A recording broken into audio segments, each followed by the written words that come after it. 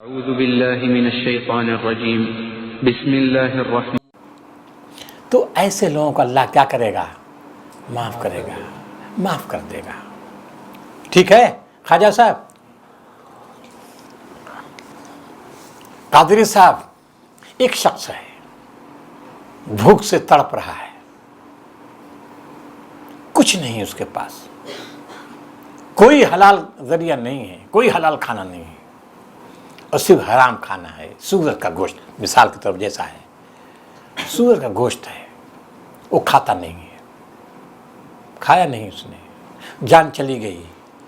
تو خواجہ صاحب بولیے خودکشی اس کی ہوگی؟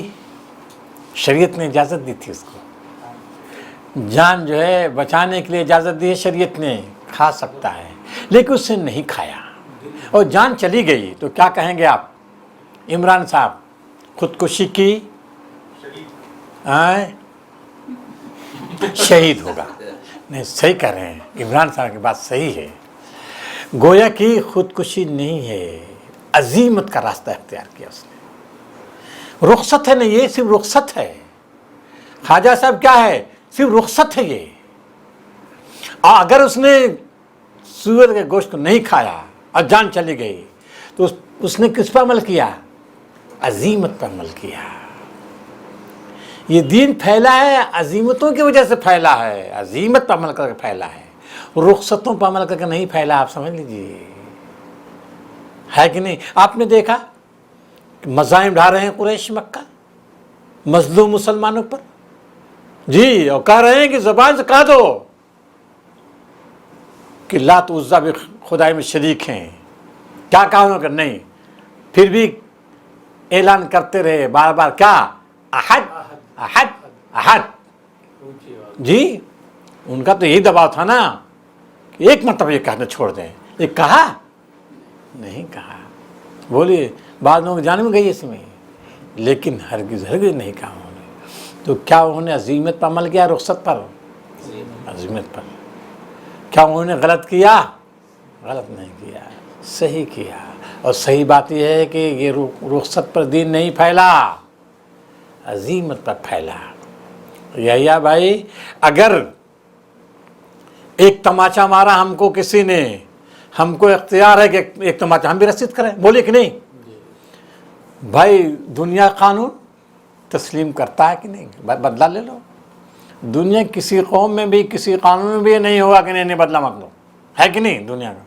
لیکن اگر ہم بجائے اس کے کہ اختیار ہے ہم کو، طاقت بھی ہم کو حاصل ہے، طاقت رکھنے کے باوجود، اختیار رکھنے کے باوجود صبر کر لیا اور عفو درگزر سے کام لیا، تو یہ کیا ہے؟ یہ رخصت یا عزیمت؟ عزیمت ہے. یہ دین کس سے پھیلا؟ رخصت سے، عزیمت سے. اس سے نہیں پھیلا ایک مار پھٹ مار لو، ایسے نہیں پھیلا ہے، اسی سے پھیلا ہے. والعافین عن الناس، عفو درگزر. یہ دین تو معلوم یہ ہوا، یہ دین رخصتوں سے نہیں پھیلا، دین عزیمتوں سے پھیلا ہے. چلیے، وعلی الذین ھادوا حرمنا، اور جن لوگوں نے یہودیت اختیار کی ان پر ہم نے سب ناخن والے جانور حرام کر دیے تھے، اور گائے اور بکری کی چربی بھی بجز اس کے جو ان کی پیٹھ یا ان کی آنتوں سے لگی ہوئی ہو یا ہڈی سے لگی رہ جائے. یہ ہم نے ان کی سرکشی کی سزا انہیں دی، اور یہ جو کچھ ہم کہہ رہے ہیں بالکل سچ کہہ رہے ہیں. بس اب یہ کہہ رہے ہیں. اب تو جو تفصیلی گفتگو ہوئی کس کے سلسلے میں؟ مشرکین کے سلسلے میں. مشرکانہ عقائد انہوں نے گھڑ لیے ہیں، شریعت میں اس کی کوئی سند نہیں ہے. ابراہیم کی شریعت میں، اسماعیل کی شریعت میں کوئی اس کے وجہ جواز نہیں ہے. اب ان کے ساتھ ساتھ یہودیوں کو بھی لیا. یہودیوں نے بہت ساری چیزوں کو حرام ٹھہرا لیا ہے. تو کہہ رہے ہیں اس کی جانب اشارہ ہے کہ یقیناً یہودیوں کی شریعت میں کچھ چیزیں حرام ہیں. وعلی الذین ھادوا حرمنا، ہم نے حرام کیا. کیوں حرام کیا؟ کن جان کل ذی ظفر سے مراد ناخن والے، ہر ناخن والے جانور کو ہم نے حرام کر دیا تھا. اسی میں ناخن والے جانور سے مراد کیا ہے؟ جی، اور کیا؟ پنجہ مار کھانے والے، یہ تو ہم پر بھی حرام ہے۔ اور کیا من البقر والغنم، اور دیکھیے اس میں وہ جو کھر والے یا بغیر کھر جن کی پھٹی ہوئی ہو نا، کھر جن کی پھٹی ہوئی ہو، ان کا کھر پھٹا ہوا ہوتا ہے کہ نہیں؟ نہیں پھٹا ہوا ہے، اس وجہ سے وہ بھی ان پر حرام تھا۔ کن پر؟ یہودیوں پر اونٹ حرام تھا، ہم نے حرام کر دیا ان پر۔ کیوں حرام کیا آگے بتا رہا ہے۔ اور گایوں کو حرام کیا، بقر کے معنی گائے صرف نہیں، گائے و بیل، بقر کے معنی گائے بیل، گائے بیل اور غنم بھیڑ بکری سب ان پر حرام کر دیا تھا۔ حرمنا علیہم شحومہما، بھیڑ بکری اور گائے وغیرہ کا کیا ہم نے حرام کیا؟ شحومہما، شحوم معنی چربی، چربی ان کا حرام کیا ہے۔ البتہ وہ چربی ان کے لیے حلال تھی جو ان کے پشتوں سے لگی ہوئی ہوتی تھی، یا اول حوایا، حوایا معنی حوایا، حاویہ کی جمع ہے آنتوں سے، جو چربی آنتوں سے لگی ہوئی تھی، یا وہ چربی جو ہڈیوں سے ملی ہوتی تھی، لگی ہوتی تھی، جن کو چھوڑا نہیں سکتے تھے، تو وہ صرف جائز تھی، ورنہ ان کے لیے چربی حرام تھی۔ اور آپ جانتے ہیں فلسطین کا جو علاقہ، جو یہودیوں کا علاقہ تھا، یہ فلسطین کے علاقے کے لوگ چربی بہت شوق سے کھاتے تھے۔ چربی مرغوب غذا ہے، مرغوب غذا ہے چربی اس علاقے کی، لیکن یہ ان کے لیے کیا ہو گئی تھی؟ حرام کر دی گئی تھی۔ اب قرآن مجید کہہ رہا ہے یہ حرام ہم نے کی تھی۔ کیوں کیا تھا حرام؟ ذالک جزینا ببغیہم، ان کی سرکشی کی وجہ سے، ان کی بغاوت کی وجہ سے، ان کی بدماشی کی وجہ سے ہم نے حرام کیا تھا، ورنہ یہ اصل فطرت کے لحاظ سے یہ چیزیں حلال ہیں، حرام نہیں ہیں، یہ انسان کی فطرت کے مناسب ہیں، یہ طیبات میں سے ہیں، لیکن بدماشی تھی، اس وجہ سے طیب چیزیں بھی ہم نے ان کے لیے حرام کر دی تھیں۔ قرآن مجید میں دوسرے مقامات پر بھی ہے کہ ہم نے جو حرام کی تھی، جیسا کہ بتایا کیوں حرام کی تھی، ان کی بدماشی کی وجہ سے، سزا کے طور پر، بدماشی کی وجہ سے سزا کے طور پر کچھ چیزیں انسان کے لیے حرام ہو جاتی ہیں، لیکن یہ سزا کے طور پر جو چیز ہوتی ہے حرام، وہ ہمیشہ کے لیے نہیں ہوتی، بلکہ کیا ہوتی ہے؟ وقتی طور پر۔ جیسے کوئی بیمار ہو تو ڈاکٹر بتا دیتا ہے نا کہ یہ مت کھاؤ، بھائی نزلہ ہے، سردی ہے، زکام ہے، تو اس میں یہ چیز اسے پرہیز کرنا ہے، تو ہمیشہ کے لیے کیا؟ وقتی طور پر ہے، ٹھیک ہے۔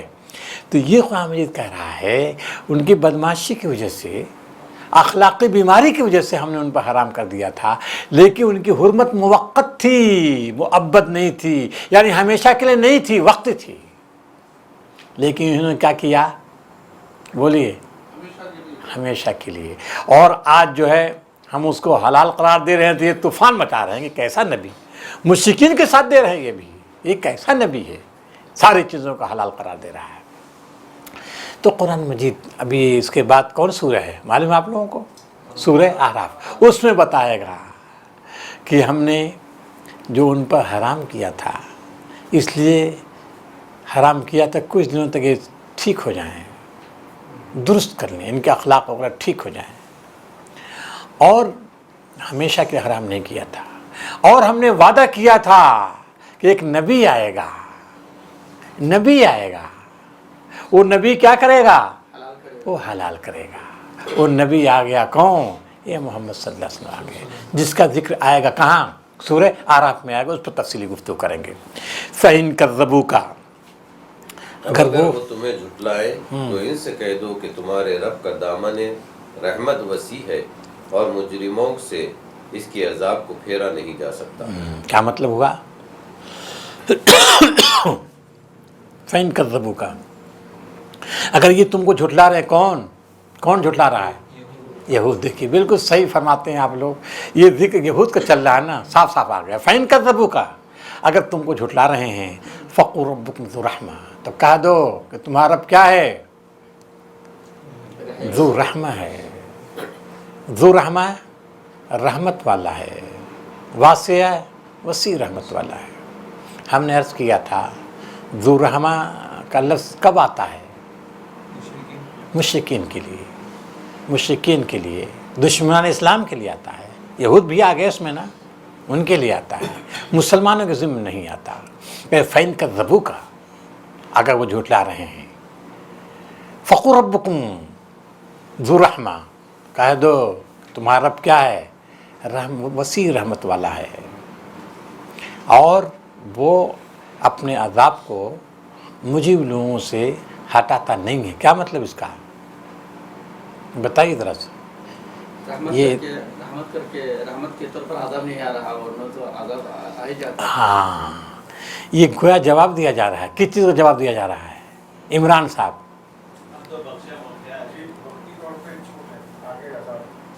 یعنی یہ نبی کی تکذیب کرتے جا رہے ہیں، مستقل تکذیب کر رہے ہیں، مشرکین بھی یہود بھی، اور اسی کے ساتھ ساتھ یہ سمجھتے ہیں اگر یہ نبی ہوتا اور ہم تکذیب کر رہے ہیں تو کیا ہو جاتا، ہم پر عذاب آ جاتا۔ اس کا جواب دیا جا رہا ہے، تکذیب کر رہے ہو، بڑے ڈھیٹ ہو۔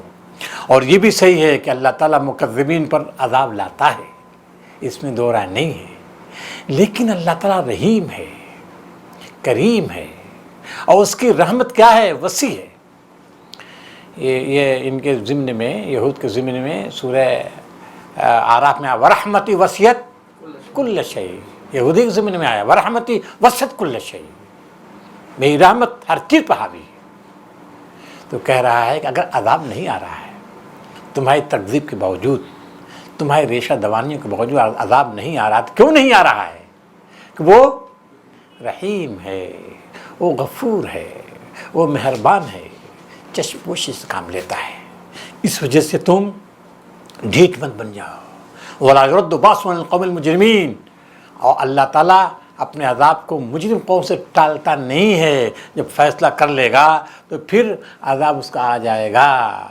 ہوشیار رہو تو یہ مت سمجھو اللہ تعالیٰ بے بس ہے، عاجز ہے، کمزور ہے، کمزور نہیں ہے، جب بھی وہ فیصلہ کرے گا اس کا عذاب آ جائے گا۔ چلیے آگے۔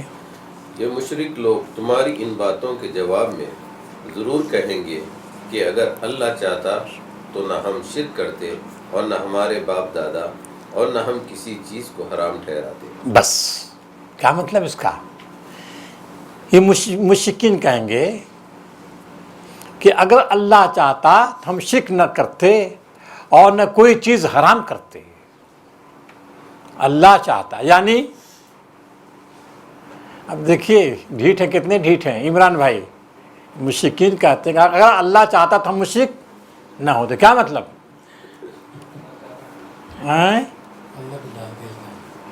الزام کس پہ لگا رہے ہیں؟ اللہ تعالیٰ پہ لگا رہے ہیں۔ کیوں الزام لگا رہے ہیں اللہ تعالیٰ پر؟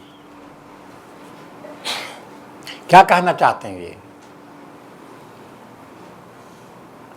بولیے۔ کہنا چاہتے ہیں کہ یہ جو ہم نے کچھ چیزوں کو حرام ٹھہرا لیا ہے تو یہ آگے بھی گئے ہیں ولا آباؤنا بھی کہا، نہ ہم اور نہ ہمارے آبا و اجداد۔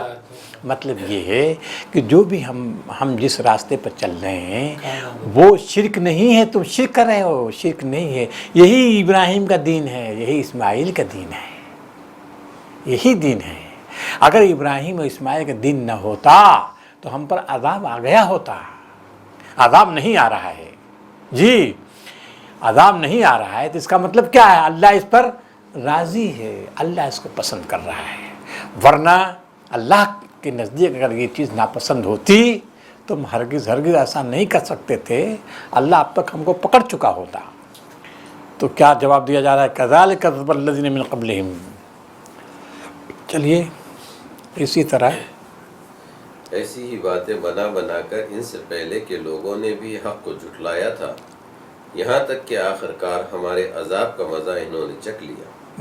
ان سے کہو کیا تمہارے پاس کوئی علم ہے جسے ہمارے سامنے پیش کر سکو؟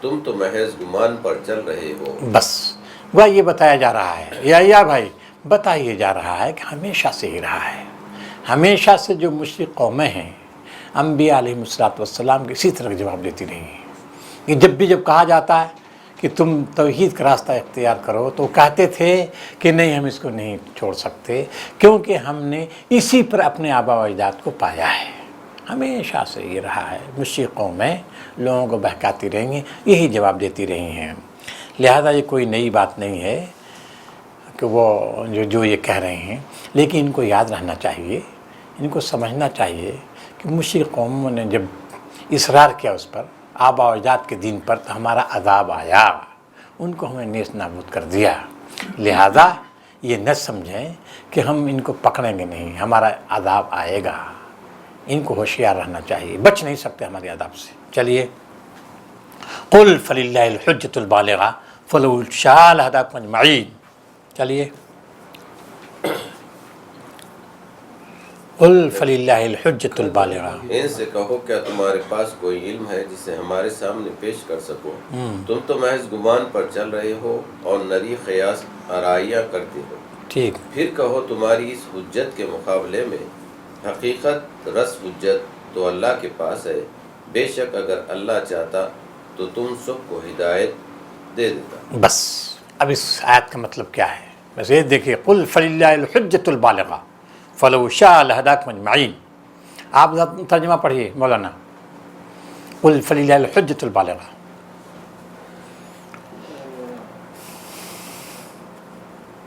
کہو تمہاری اس حجت کے مقابلے میں حقیقت اس حجت تو اللہ کے پاس ہے۔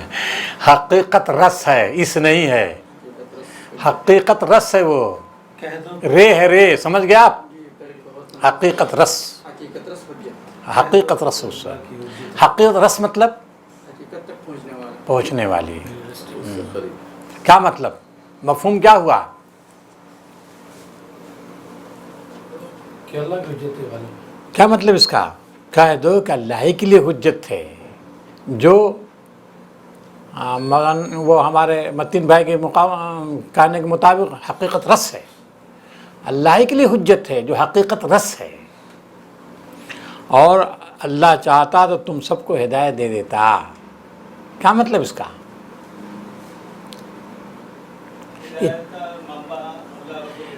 لیکن وہ بات نہیں واضح ہوئی نا، حقیقت رس، اللہ کے لیے حجت ہے حقیقت رس، کیا مطلب؟ یہ بات تو واضح نہیں ہو رہی ہے، یہی ہے بھائی۔ حجت کی اتنی قوت کے باوجود بھی حجت کی اتنی قوت مطلب کیا ہے؟ حجت کی اتنی قوت، اور پھر للہ، لیکن تم وہاں تک پہنچ نہیں پا رہے، تمہارا رسائی نہیں ہو رہی۔ خواجہ صاحب، قل فللہ الحجۃ البالغہ، ایک کتاب ہے عربی کی، حجت اللہ البالغہ، مشہور کتاب ہے، ہاں مشہور کتاب ہے وہ، شاہ ولی اللہ کا، بہت زبردست کتاب ہے، بڑی، وہ چونکہ ہندوستانی علماء میں ضخیم کتاب ہے۔ تو کیا مطلب حجت اللہ البالغہ کے معنی؟ کون ہدایت کا مستحق؟ نہیں، بولیے عمران صاحب، قل فللہ الحجۃ البالغہ فلو شاء لہداکم اجمعین۔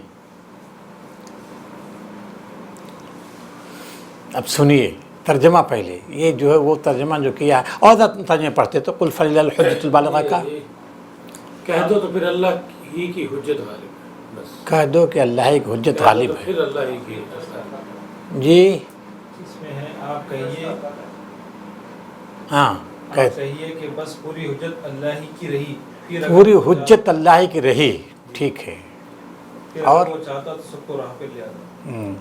اور چلیے، اور کوئی ترجمہ ادھر؟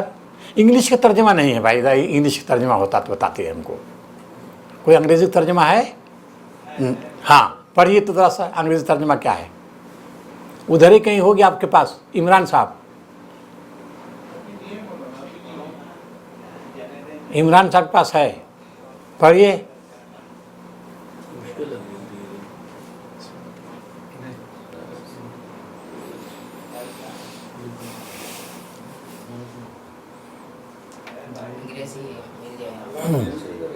ہاں رکے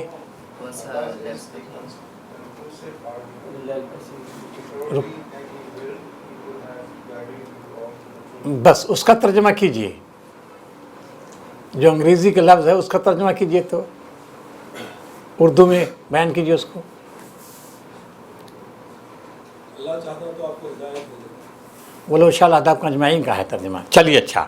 قل فللہ الحجہ، حجت مانے بتائیے.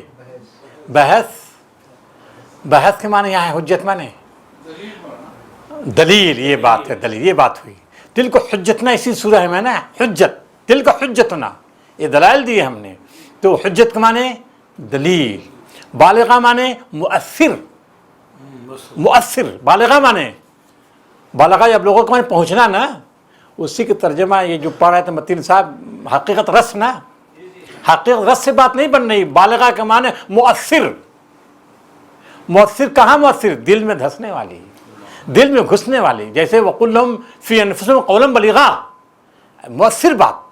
تو سنو، مشرکانہ عقائد، مشرکانہ نظریات کے لیے کوئی دلیل نہیں ہے پوری کائنات میں، نہ زمین میں، نہ آسمان میں، نہ فضاؤں میں، نہ دریاؤں میں، نہ جو ہے یہ جو ہے پوری کائنات میں کسی گوشے میں دلیل نہیں ہے. کس کے لیے؟ شرک کے لیے کوئی گنجائش نہیں ہے. اللہ کے لیے دلیل ہے، مؤثر دلیل ہے. اس کی یکتائی کے لیے، اس کی وحدانیت کے لیے جو دلائل ہیں پوری کائنات میں وہ بکھرے پڑے ہیں. شرک کے لیے دلائل نہیں ہے. زمین سے لے کر آسمان تک ایک ایک چیز میں توحید کی دلیل بھری پڑی ہے. اگر تم دیکھو، آنکھیں کھول کر دیکھو، تو شرک کے دلائل کائنات میں نہیں مل سکتے. اگر دلائل ملیں کس کے؟ توحید کے دلائل اور مؤثر کے دلائل. یہ زمین موحد ہے، آسمان موحد ہے، ستارے، سورج، چاند، سب موحد ہیں. یہ سب مبلغ ہیں کس کے؟ توحید کے مبلغ ہیں، شرک کے مبلغ نہیں ہیں. بات واضح ہوئی کہ نہیں؟ یہ کہا للہ الحجۃ البالغہ. یہ پوری کائنات میں مؤثر دلائل ہیں. کس کے؟ اللہ کے لیے. اللہ کے لیے مطلب اس کی یکتائی کے لیے، اس کی وحدانیت کے لیے دلیل ہے. وہی جو کہا ہے نا، پتا پتا بوٹا بوٹا حال ہمارا جانے ہے. پوری کائنات اللہ کی یکتائی کی شہادت دے رہی ہے. یہ مطلب اس کا ہوا. قل فللہ الحجۃ البالغہ فلو شاء لہداکم اجمعین.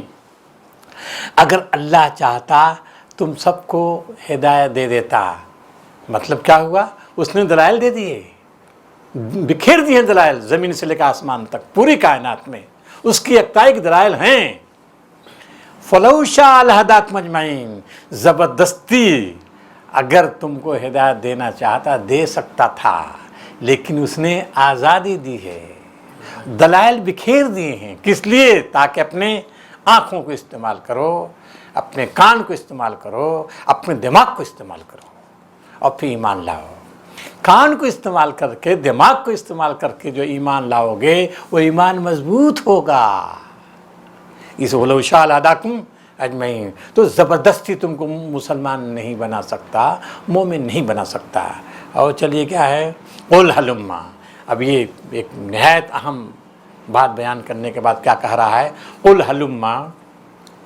ان سے کہو کہ لاؤ اپنے وہ گواہ جو اس بات کی شہادت دے کہ اللہ ہی نے ان چیزوں کو حرام کیا ہے.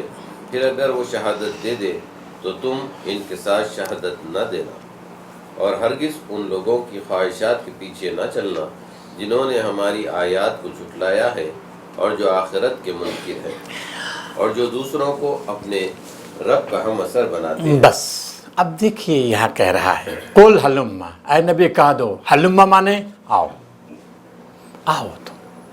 تو یہ کس چیز کی دعوت دے رہا ہے قرآن مجید؟ یہاں کس چیز کی دعوت دے رہا ہے؟ ہلما، آؤ. ہم بھاگنے والے نہیں، آؤ تم مناظرہ کر لو ہم سے. جی، اس مناظرے کے لیے آج کل بڑا اچھا لفظ استعمال کر رہی دنیا، مغربی دنیا خصوصاً. کیا؟ ڈائلاگ کہہ رہی ہے آج کل. عام طور نا یہ عیسائی دنیا. اور یہ ڈائلاگ کا مطلب کیا؟ ان کے کہتے ہیں مکالمہ ہونا چاہیے مذاہب کے درمیان. تو مکالمہ کا مطلب کیا لیتے ہیں وہ خواجہ صاحب؟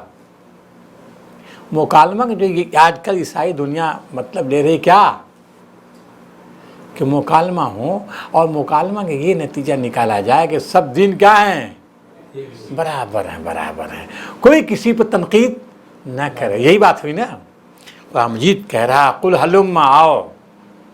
ہلما، آؤ. بلکہ لاؤ.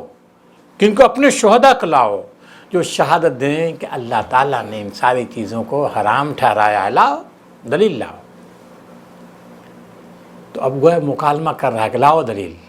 بالفرض وہ پیش کر دیں کوئی دلیل تو کیا کرو گے؟ مکالمہ ہو رہا ہے، دلائل انہوں نے پیش کیے، توریت انجیل زبور کے خوب حوالے دیے انہوں نے کہ دیکھو ان سب میں کیا ہے، سب چیزیں حرام ٹھہرا دیں اللہ تعالیٰ. تو کیا کہوں گے؟ کیا جواب ہوگا ہمارا؟ مان لیں گے ہم؟ نہیں مان رہے، مان نہیں سکتے. فین شہدو، اگر وہ شہادت دیں کہ دیکھو توریت کی شہادت یہ، انجیل کی شہادت یہ، ایک تو شاید نہیں ہوگی. بالفرض میں بتا رہا ہوں توریت انجیل زبور میں ان جانوروں کو حرام نہیں ٹھہرایا گیا تھا، نہیں، وہ دلیل نہیں دے سکتے ہیں. لیکن میں کہہ رہا ہوں اگر وہ کہہ دیں فین شہدو، بالفرض گواہی دیں کسی طرح سے، تو کیا ہم بھی مان لیں گے؟ نہیں. فلا تشہد معہم، تم گواہی مت دینا، تم گواہی مت دینا، کیونکہ تمہارے پاس جو دلیل ہے کیا ہے؟ دلیل قطعی ہے، قطعی ہے، مسکت دلیل ہے، خدائی دلیل ہے، آسمان سے اتری ہوئی دلیل ہے. ان کے پاس جو دلائل ہیں وہ ملاوٹی ہیں، مضبوط دلائل نہیں ہیں. اس وجہ سے ڈائلاگ میں ہم کو ہمیشہ دیکھنا چاہیے، جی دیکھنا چاہیے کہ ہم ان کی باتوں کو تسلیم نہیں کر سکتے. ڈائلاگ ہم شریک ہو سکتے ہیں. چلیے اس کے بعد کیا؟ وَلَا تَتَّبِعْ أَهْوَاءَ الَّذِينَ كَذَّبُوا بِآيَاتِنَا، اور اے نبی کبھی ان کی خواہشات کی پیروی نہ کرنا. خواہشات کے معنی کیا ہیں؟ ہم نے بتایا تھا. خواہشات کے معنی عمران صاحب خواہشات میں بتایا تھا کیا معنی؟ خرافات، بدعات.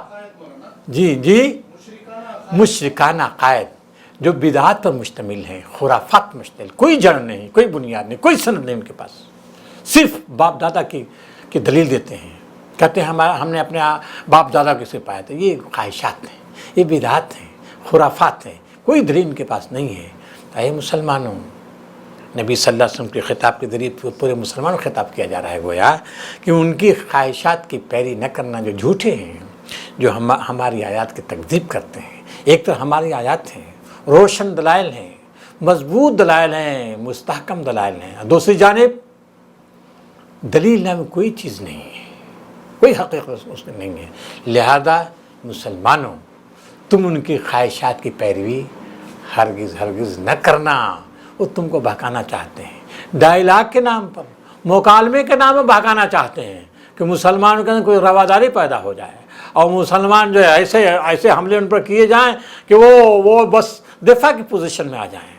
تو یہ مسلمانوں تمہارے پاس دلائل ہیں، مضبوط دلائل ہیں، کسی پر کوئی دلیل نہیں ہے. لہذا تم ان لوگوں کی خواہشات پیروی ہرگز نہ کرنا جو ہماری آیات کو جھٹلاتے ہیں اور جو آخرت پہ ایمان نہیں رکھتے اور جو شرک مبتلا ہیں، اللہ کی ذات و صفات میں دوسروں کو شریک ٹھہراتے ہیں. ایسے لوگوں کی خواہشات کی پیروی تمہیں ہرگز نہیں کرنا ہے. تمہارے پاس توحید کے دلائل ہیں، مضبوط دلائل ہیں. وہ دلائل ہیں جو آسمان میں پوشیدہ ہیں، زمین میں پوشیدہ ہیں، پوری کائنات میں پوشیدہ ہیں. ان دلائل کو تم غور سے دیکھو اور اس کے مطابق جو قرآن مجید کہتا ہے اس پر عمل کرنے کی کوشش کرو. ان کی احوا و خواہشات پیروی نہ کرو. آج انہی باتوں میں ختم کرتا ہوں. وآخر دعوانا الحمدللہ رب العالمین. بہت بہت شکریہ آپ لوگوں کا. جزاکم اللہ فی الدارین خیرا.